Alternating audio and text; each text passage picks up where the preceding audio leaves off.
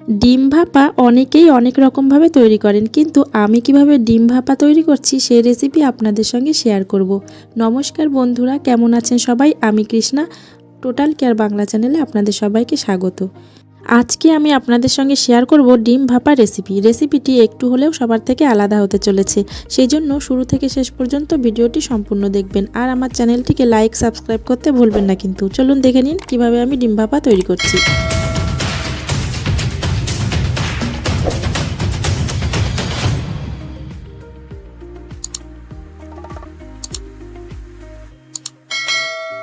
ডিম ভাপা তৈরি করার জন্য আমি এখানে 6টা ডিম নিয়ে নিয়েছি। প্রথমে আমি ডিম বয়েল করে নেব, আর ডিম বয়েল করার সময় অবশ্যই একটু লবণ দিয়ে দিতে হবে, তাহলে খোসা ছাড়াতে কোনো অসুবিধাই হবে না।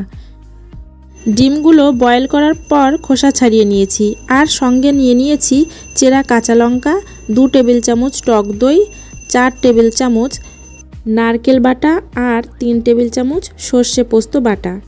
আমি এখানে 3টে হাঁসের ডিম আর 3টে মুরগির ডিম নিয়েছি। যারা হাঁসের ডিম চেনেন দেখলে নিশ্চয়ই বুঝতে পারছেন কোনগুলো হাঁসের ডিম। প্রথমে ডিমগুলো আমি একটু চিড়ে নেব। যারা হাঁসের ডিম খেতে পছন্দ করেন এইভাবে ডিম ভাপা তৈরি করে খাবেন, খুব ভালো হয় খেতে। সবগুলো ডিম একটু করে চিড়ে নিয়েছি। একটা কড়াই বসিয়ে দিয়েছি। প্রথমে আমি ডিমগুলো একটু হালকা করে ভেজে নেব। এইভাবে ডিম ভাপা তৈরি করলে খেতে বেশি ভালো হয়। আমি দিয়ে দিয়েছি সাদা তেল। সাদা তেলে আমি ডিমগুলো ভেজে নেব। একটু দিয়ে দিচ্ছি লবণ, আর ডিম ভাজার সময় কোনো লবণ বা হলুদ মাখিয়ে নিতে হবে না, তেলের মধ্যে একটু লবণ দিয়ে দিলাম। এবার আমি ডিমগুলো ভেজে নেব।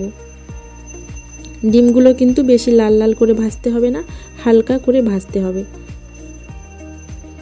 ডিমগুলো ভাজা হয়ে গেছে, এবার আমি তুলে নেব।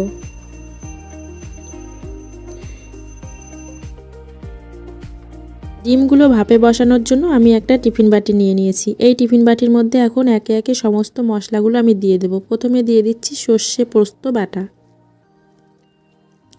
তারপর আমি দিয়ে দেব নারকেল বাটা।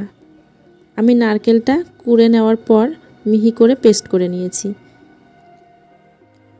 তারপর দিয়ে দেব টক দই। আমি এখানে 2 টেবিল চামচ টক দই ব্যবহার করেছি। টক দই আর নারকেল বাটা এই দুটো জিনিস ব্যবহার করার কারণে ডিম ভাপা খেতে বেশি ভালো লাগবে। এবার দিয়ে দেব হলুদ গুঁড়ো, আর দিয়ে দেব স্বাদমতো লবণ, আর দিয়ে দেব 4 টেবিল চামচ কাঁচা সর্ষের তেল। এবার সমস্ত উপকরণগুলো ভালোভাবে মিশিয়ে নেব। খুব ভালোভাবে মিশিয়ে নিতে হবে। সমস্ত উপকরণগুলো আমি ভালোভাবে মিশিয়ে নিয়েছি। এবার এর মধ্যে আমি ডিমগুলো দিয়ে দেব। ডিমগুলো আস্তে আস্তে করে সাজিয়ে নিতে হবে, নয়তো ভেঙে যাবে। এবার সমস্ত ডিমগুলো দেওয়ার পর মিশ্রণটির সঙ্গে নেড়েচেড়ে ভালোভাবে একটু মিশিয়ে নিতে হবে, তাহলে ডিমের মধ্যে মশলাগুলো ভালোভাবে পৌঁছে যাবে আর ডিম ভাপা খেতে খুব ভালো লাগবে। মশলা আর ডিমগুলো ভালোভাবে মিশিয়ে নিয়েছি। এবার কয়েকটি চেরা কাঁচা লঙ্কা দিয়ে দেব। কাঁচা লঙ্কা দিয়ে দিয়েছি। এবার আমি টিফিন বাটির ঢাকনা দিয়ে টিফিন বাটিটা ঢেকে নেব। তারপর আমি কড়াইতে দিয়ে দেব জল। কড়াইতে জল দিয়ে দিয়েছি। এর মধ্যে বসিয়ে দিচ্ছি একটা স্ট্যান্ড। এবার আমি টিফিন বাটিটা এর উপর বসিয়ে দেব। এই সময় গ্যাসের ফ্লেম মিডিয়াম রাখতে হবে। বেশি আঁচে রান্নাটি করলে জল শুকিয়ে যাবে আর ডিম ভাপা হবে না। ঢাকনা দিয়ে ঢেকে রেখে দেব 15 মিনিট। 15 মিনিট পর ঢাকনাটা তুলে নেব। দেখুন জল শুকিয়ে একদম কমে এসেছে। বাটিটা ঠান্ডা হওয়ার পর বাটির ঢাকনা খুলে আপনাদেরকে দেখাবো।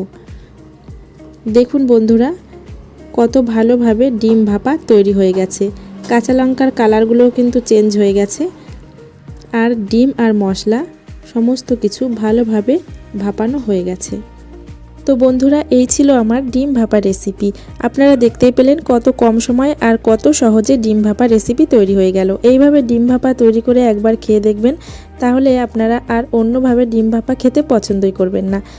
রেসিপিটি আপনাদের কেমন লেগেছে কমেন্টের মাধ্যমে অবশ্যই জানাবেন। ভিডিওটি ভালো লাগলে একটি লাইক করবেন, শেয়ার করবেন, আর আমার চ্যানেলটিকে সাবস্ক্রাইব করতে ভুলবেন না কিন্তু। সবাই ভালো থাকবেন, সুস্থ থাকবেন। ধন্যবাদ।